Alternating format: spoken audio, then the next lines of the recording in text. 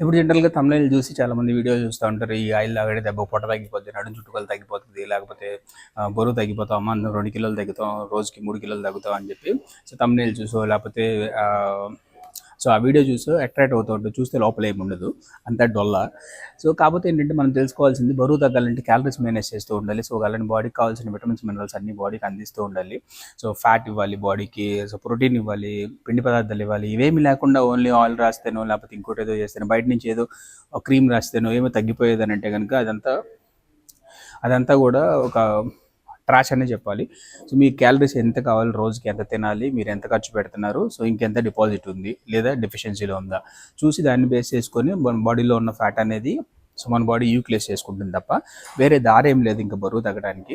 So ఇలా ఇంకా వేరే వేరే ప్రయత్నాలు చేస్తూ ఉంటారు. పొద్దున్నే లేచి అది కొత్తిమీర జ్యూస్ అని, పచ్చిమిరకాయ రసం అని రకరకాలుగా ట్రై చేస్తూ ఉంటారు. అవన్నీ మన మెటబాలిజం పెంచడానికి హెల్ప్ అవుతూ ఉంటాయి. సో మనం చిన్నప్పటి నుంచి తింటానే ఉన్నాం కొత్తిమీర, కరివేపాకు, ఇవన్నీ ఇంట్లో వాడుకునే వంటింటి చిట్కాలు ఏవైతే ఉన్నాయో అవన్నీ మన ఇంట్లో మన అమ్మ వాళ్ళు ఆల్రెడీ మనకి వంటలో వేసి ప్రతి ఒక్కళ్ళు ఇచ్చేదే.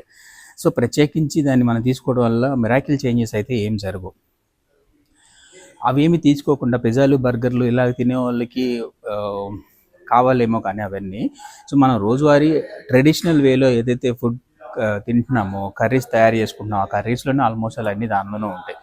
సో మనం ప్రత్యేకించి మెజర్మెంట్ చేసుకొని అవి ఇవి అని ఏం తీసుకోవాల్సిన అవసరం లేదు. సో రోజువారీ దానిలో తీసుకునే దానిలో మెజర్మెంట్ చేసుకోవాల్సింది ఏంటంటే మనకి ఎన్ని క్యాలరీస్ కావాలి. సో 2000 క్యాలరీస్ కావాలి. ఇప్పుడు ఫర్ ఎగ్జాంపుల్ దాన్ని ఎలా క్యాలిక్యులేట్ చేసుకోవాలంటే కనుక ఫర్ ఎగ్జాంపుల్ ఇప్పుడు నేను 75 kgs ఉన్నాను.